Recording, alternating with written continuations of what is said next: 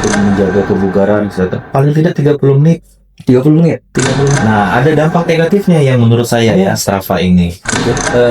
Gunakan Strava itu jangan terjebak dalam apa ya kondisi psikologis yang justru membawa kita ke dampak yang buruk gitu.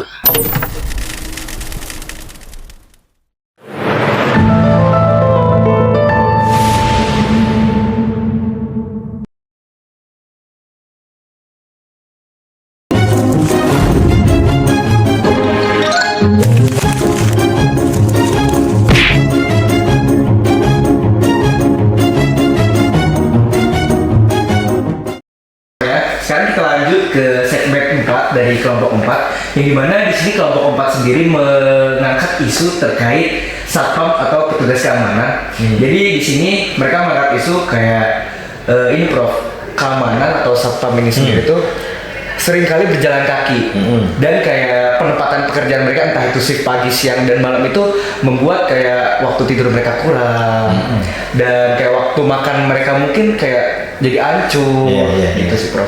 Nah mungkin buat pertanyaannya nih Prof, kan satpam itu banyak jalan nih Prof. Nah ya kan? Iya. Nah kira-kira dengan mereka banyak jalan gitu mungkin nggak sih Prof membuat mereka tuh terkena atau kayak cedera lutut, cedera kaki gitu sih Prof. Mungkin karena kayak beratnya aktivitas mereka dalam berjalan atau gimana? Ya, semua aktivitas pasti ada resikonya ya dia. Ya kalau ke lutut ya sudah pasti gitu ya, sudah pasti ada. Tapi kan nggak harus. Semua resiko itu kan bisa diantisipasi ya. Iya. Asal tahu cara pencegahannya. Nah makanya kalau untuk satpam banyak jalan, apakah ada resiko? Resiko semua pasti ada gitu ya. Kalau misalnya yang contohnya apa yang menyebabkan resiko itu tinggi? Misalnya yang berat badannya berlebih. Nah kalau satpam ada, ya makanya harusnya satpam itu jangan jangan yang gendut gitu. Tapi kan. biasanya yang gendut. Wah, kalau biasanya gendut berarti dia sudah jadi komandan satpam. Biasanya gitu kan. Kenapa? Biasanya kan yang disuruh-suruh kerja itu yang junior kan gitu kan ya. Coba lihat yang baru masuk satpam. Ada nggak satpam baru masuk? Pasti badannya atletis kan. Iya. Gitu. Karena lulus tesnya juga kan harus itu kan ya. Nah kalau berat badannya dia atau apa istilahnya bahasanya ini antropometrinya tuh bisa terjaga dengan baik ya selama mereka bekerja, maka resiko tekanan ke lututnya tentu ya akan berkurang gitu ya. Kemudian ya satpam pun harus tahu kalau memang dia banyak jalan, ada fase-fase istirahatnya. Ketika dia istirahat ya harus lakukan peregangan gitu kan untuk lututnya kalau memang konsentrasi lutut gitu. Jadi ada semacam apa istirahat aktifnya gitu ya untuk mencegah cedera. Sebelum mulai juga bergerak, misalnya dia akan keliling, ya harus stretching dulu lah, pemanasan dulu. Nah itu kira-kira gitu.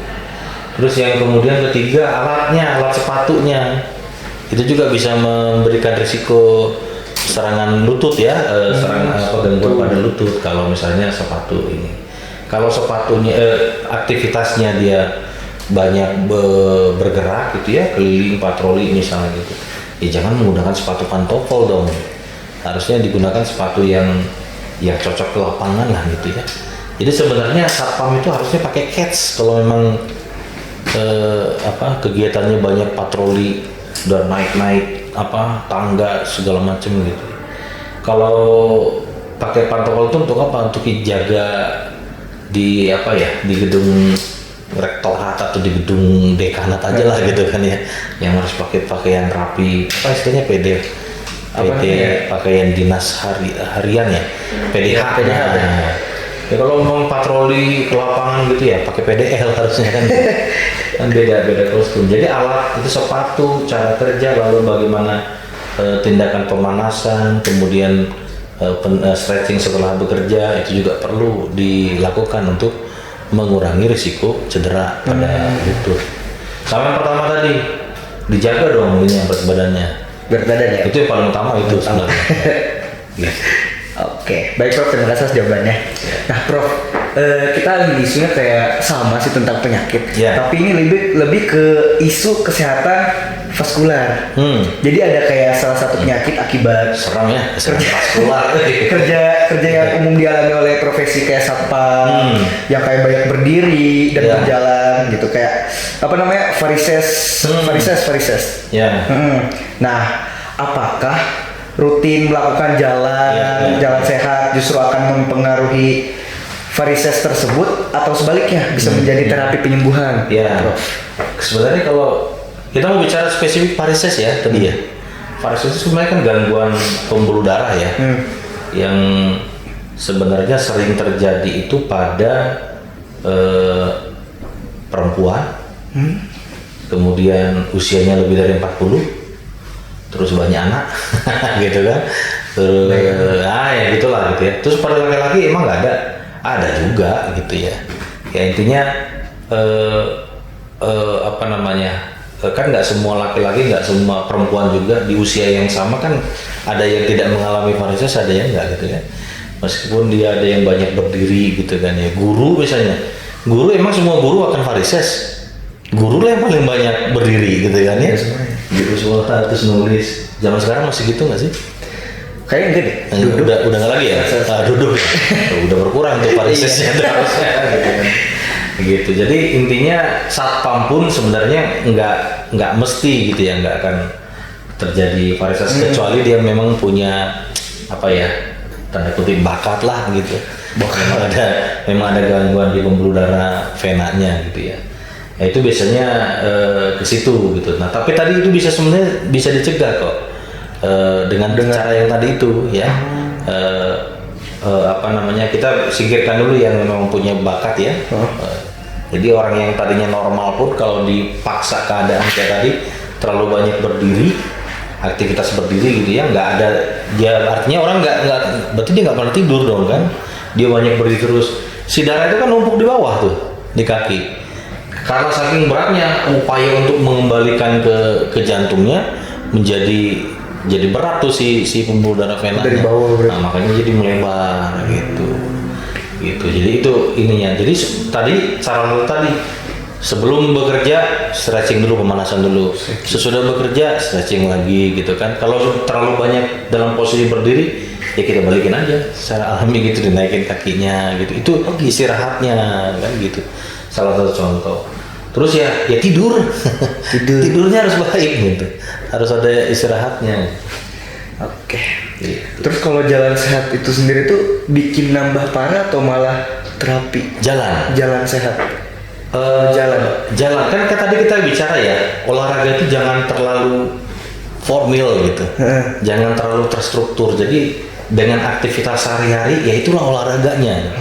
Harusnya bisa kita apa namanya itu diintegrasikan gitu dalam aktivitas sehari. Pekerjaan security ya kalau bisa dalam pekerjaannya dia ya kan udah jalan. Iya. Nggak perlu lagi jalan. Olahraga jalan yang tadi yang bahasa kita terstruktur harus direncanakan gitu sih dengan waktu. Olahraganya yang lain aja. Kalau misalnya dengan dia satpam misalnya jalan nih, dia sudah melatih otot-otot kakinya, udah terlatih tuh. Yang kurang terlatih mana? Mungkin yang anggota gerak bagian atasnya itu yang dilatih. Gitu. Oke. Makasih Prof atas jawabannya. Oke, lanjut nih Prof. Nih, menurut Prof sendiri, bagi satpam yang bekerja shift malam dan kayak baru selesai di pagi hari gitu kan, tentunya kan mereka nggak mungkin tidur atau gimana kan. Betul. Nah, apa saran Prof, kayak apakah mereka sebaiknya langsung tidur untuk memulihkan stamina atau memaksakan diri jalan sehat pagi demi mendapatkan metabolisme yang baik? Iya. Atau mending tidur gitu. Ya untuk yang shift malam ya. Iya, yang shift Untuk malam. shift malam jelas nggak direkomendasikan untuk apa namanya, untuk langsung olahraga lagi gitu ya. Habis shift malam ya jelas dia harus tidur. Walaupun memang gini, shift malam itu kan bertentangan dengan siklus biologisnya manusia. Karena manusia itu adalah makhluk yang diciptakan itu didesain untuk beraktivitas di siang hari. Jadi ketika malam hari itu harus istirahat. Nah, ketika yang tugas shift malam kan bertentangan dengan ini kan ya. Jadi begitu dia bertentangan dengan siklus yang namanya siklus sirkadian ya, ritme circadian rhythm atau siklus biologisnya kita, itu pasti akan mengganggu metabolismenya. Nah, jadi ketika tadi metabolisme terganggu, jangan cari salah kaprah, biar seimbang lagi olahraga salah. Salah, justru ini harus dibenerin dulu. Cara mengembalikannya ini adalah ya harus segera kembali ke circadian rhythm. Oh, jadi dengan Gitu. tidur pagi itu nggak mengembalikan metabolisme? Kalau tidur ya tidur aja harusnya gitu kan. Nah, tapi orang yang shift malam ini dia kan akan di setting itu biasanya waktunya, nggak mungkin tiap hari. Nggak mungkin sepanjang selama-lamanya shift malam, nggak mungkin juga. Mau dia senior, mau dia junior tuh nggak boleh tuh. Ini udah ada aturannya di Kementerian Tenaga Kerja, itu udah ada tuh yang tentang shift-shiftan gitu ya. Jadi harus diatur, misalnya dia 1 minggu tuh 5 hari dia shift malam, kemudian nanti 1 minggu penuh dia shift siang untuk mengembalikan tadi siklus biologisnya. Nah, gitu.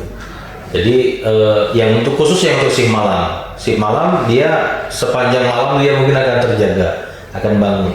Ya tetap dia harus tidur karena fondasi metabolisme kita tadi kan bicara soal keseimbangan ini ya, metabolisme sel itu fondasinya adalah tidur. Gitu. Jadi orang pokoknya harus tidur dulu kalau mau sehat, tidur dulu. Oke. Gitu. Kalau dia nggak tidur atau tidurnya terganggu, tapi kan tidur malam dengan tidur siang beda ya kualitasnya ya. Iya mungkin berbeda, tapi sama-sama tidur kan. Iya. Nah, gitu. Jadi mau kurang efektif, yang pokoknya tidur dulu gitu supaya setidaknya diperbaiki lah ininya metabolismenya. Jadi tubuh kita tuh memang harus diistirahatkan, ada fase resettingnya gitu ya. Nah dengan tidur nanti mungkin orang tidak akan selama tidur malam ya, karena memang ya biologis kita kan gitu ya. Siang itu nanti kecuali yang mungkin secara genetik dia tukang tidur ya, itu lain cerita ya gitu ya. Gitu. Biasanya kita kalau tidur siang nggak akan mungkin selama tidur malam kan gitu kan. Mau dipaksa dia pengen tidur lagi juga nggak bisa, pasti akan kebangun gitu. Jadi kalau tidur malam misalnya kita anggap yang sehat itu 7 sampai 8 jam. Kalau yang shift malam dia tidurnya di siang hari, ya pagi siang itu paling 4 jam dia udah bangun lagi gitu kan. Nah gitu. Nah setelah dia bangun nggak usah olahraga juga. Kalaupun mau olahraga ya stretching aja gitu, yang intinya ringan aja. Jalan kaki boleh nggak? Nanti juga kerjakan jalan kaki, udahlah jalan kaki aja. Cukup gitu. Jadi untuk yang security atau untuk yang pekerja yang ada shift-shiftnya itu nggak usah dipaksakan untuk berolahraga. Jadi yang sebaiknya yang kita sebut olahraga itu terintegrasi dengan pekerjaannya dia saja. Oke. Sama ini Prof, saya pengen nanya. Saya tuh sempat dengar di media sosial tuh bilang kalau semisal yang penting itu waktu tidurnya, bukan kapan kita tidur. Itu gimana tuh? Bukan, yang penting itu adalah kualitas tidurnya. Oh, yang paling penting itu. Kalau bicara waktu itu jumlah biasanya. Iya, saya dengar kuantitas. Dari media sosial sih katanya yang penting itu waktu tidurnya dibandingkan kayak kapan kita tidur. Kapan kita tidur? Ya sebenarnya arahnya dia adalah mengatakan kualitas tidur gitu. Oh, ya waktu yang berkualitas, tidur yang berkualitas itu kan tidak hanya ditentukan dari jumlah jamnya. iya. Gitu. Dia terbangun-bangun nggak? Gitu kan. Kalau misalnya saya totalnya 10 jam tidurnya, belum tentu itu kualitas tidurnya baik. Kalau dia 10 jam tapi dia 5-6 kali kebangun untuk ke buang air kecil misalnya gitu. Pasien diabetes, pasien hipertensi kan kayak gitu. Kualitas tidurnya buruk juga gitu kan. Tapi kalau dihitung berapa 10 jam ya, belum tentu itu kualitas tidurnya baik. Yang penting sebenarnya kualitas tidurnya yang penting, bukan jam tidurnya, bukan kapan tidurnya gitu. Oh, berarti yang penting itu kualitas tidurnya.